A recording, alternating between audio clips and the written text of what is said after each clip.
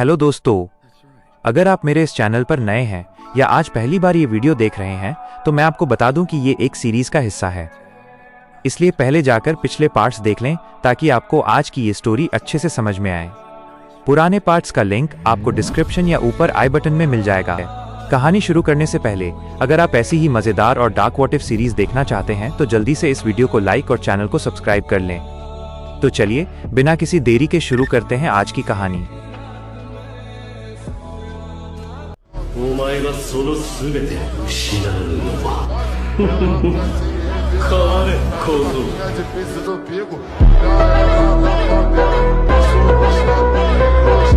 रेत के गांव की तबाही के बाद नरूटो का अगला लक्ष्य था क्लाउड विलेज कुमोगाकुरे। आकात्सुकी को अब 8 पूंछ वाले बैल यानी 8 टेल्स ग्यूकी की जरूरत थी। इस बीस्ट का होस्ट कोई साधारण निंजा नहीं बल्कि किलर बी था, एक ऐसा शख्स जिसने अपने अंदर के राक्षस के साथ पूरी तरह तालमेल बिठा लिया था। नरूटो बादलों से घिरे ऊंचे पहाड़ों के बीच किलर बी का रास्ता रोकता है। किलर बी अपने अनोखे अंदाज में रैप करते हुए कहता है, यो लाल आंखों वाले लड़के, तेरा कोट तो कूल है पर तेरी नीयत में झोल है। तू यहां आया है मुझे पकड़ने, पर तुझे पड़ेगा खुद को सिकोड़ने। नरूटो को बी का मजाक पसंद नहीं आया। उसने बिना एक शब्द बोले कुरामा की 4 पूंछें 4 टेल्स बाहर निकाल लीं। उसका शरीर अब गहरे लाल रंग के उबलते हुए चक्र से ढक चुका था और वो एक छोटे दानव जैसा दिख रहा था। लड़ाई शुरू होते ही किलर बी ने अपनी 7 तलवारों का इस्तेमाल किया। उसकी रफ्तार इतनी तेज थी कि सासुके जैसा निंजा भी उसे देख ना पाए, लेकिन नरूटो ने अपनी इंद्रियों को कुरामा की नफरत से जोड़ लिया था। वो हर वार को भांप रहा था। जब बी ने अपनी तलवारें नरूटो के सीने की ओर घुमाई तो नरूटो ने चक्र से बना एक विशाल पंजा हवा में प्रकट किया और बी को पहाड़ की चोटी से नीचे फेंक दिया। तुम बहुत बातें करते हो।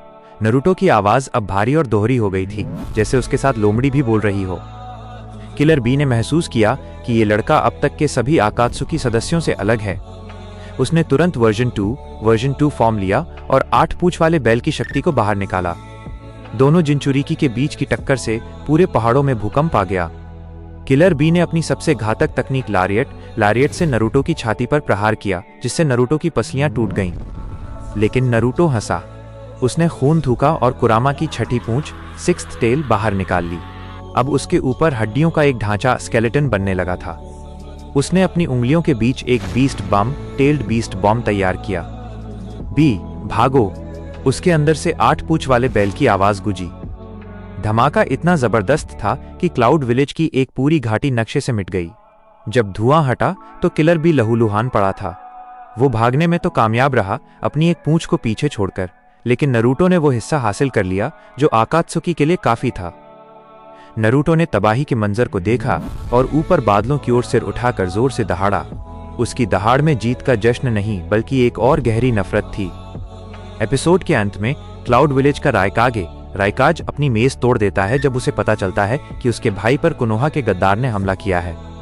दुनिया के 5 बड़े गांव अब नरूटो के खिलाफ एकजुट होने लगे थे, लेकिन नरूटो के लिए ये तो बस शुरुआत थी। वह दिन आ गया था जिसका नरूटो को वर्षों से इंतजार था। आकात्सुकी के नेता पेन और नरूटो कोनोहा की सीमाओं पर एक ऊंची पहाड़ी पर खड़े थे। नीचे वही गांव था जिसने नरूटो को कभी राक्षस कहकर दुत्कारा था। आज वो राक्षस सच में लौट आया था। पेन ने ठंडे स्वर में कहा, दुनिया को दर्द महसूस करने दो। नरूटो ने अपना आकात्सुकी हुड हटाया। उसकी आंखें अब कुरामा की लाल पुतली और एक गहरी काली छाया से भरी थीं। उसने बिना किसी मंत्र के हवा में छलांग लगाई और सीधे गांव के बीचों बीच उतरा। उसके उतरते ही एक विशाल शॉकवेव उठी जिसने आसपास की इमारतों को ताश के पत्तों की तरह बिखेर दिया। पूरे कोनोहा में सायरन बजने लगे। निंजा और आम नागरिक इधर उधर भागने लगे। तभी आसमान से पेन के 6 रूप 6 पाथ्स ऑफ पेन उतरे और तबाही शुरू कर दी। लेकिन नरूटो का निशाना कोई आम निंजा नहीं था। वह सीधा उस जगह पहुंचा जहां होकागे का कार्यालय था। रास्ते में उसका सामना साकुरा से हुआ। वो घायलों की मदद कर रही थी।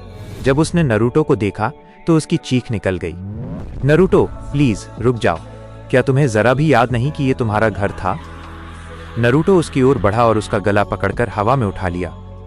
घर?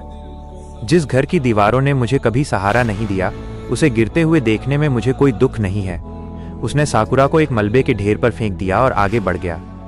तभी कोनोहा के बचे हुए निंजाओं ने उसे घेर लिया। इरुका सेंसेई भी वहां थे। उनकी आंखों में आंसू थे। नरूटो, क्या तुम सच में इतना गिर गए हो कि अपनों का खून बहाओगे? नरूटो एक पल के लिए रुका, फिर एक डरावनी हंसी हंसा। इरुका सेंसेई, आपने मुझे रामेन खिलाया था, इसलिए मैं आपको एक तोहफा दूंगा। मैं आपको आखिरी बार मरते हुए देखूंगा ताकि आप इस गांव की तबाही का गवाह बन सकें। उसी समय पेन ने आसमान में ऊपर जाकर अपनी बाहें फैलाईं। शिनरा तेंसेई, ऑलमाइटी पुश। एक ही सेकंड में पूरा कोनोहा गांव एक विशाल गड्ढे में तब्दील हो गया। धूल के गुबार में हजारों चीखें दब गईं। जब धुआं हटा तो कोनोहा का वजूद मिट चुका था। गड्ढे के बीचों बीच नरूटो खड़ा था और उसके सामने काकाशी और सासुके मलबे से बाहर निकल रहे थे। सासुके की आंखों में मंगेक्यो शारिंगान चमक रही थी। नरूटो, आज ये सब खत्म होगा।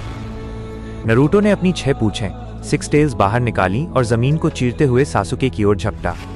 हाँ सासुके, आज कोनोहा की आखिरी उम्मीद भी खत्म होगी। एपिसोड के अंत में मलबे के ढेर पर नरूटो और सासुके एक दूसरे के आमने सामने खड़े थे, जबकि चारों ओर सिर्फ आग और सन्नाटा था।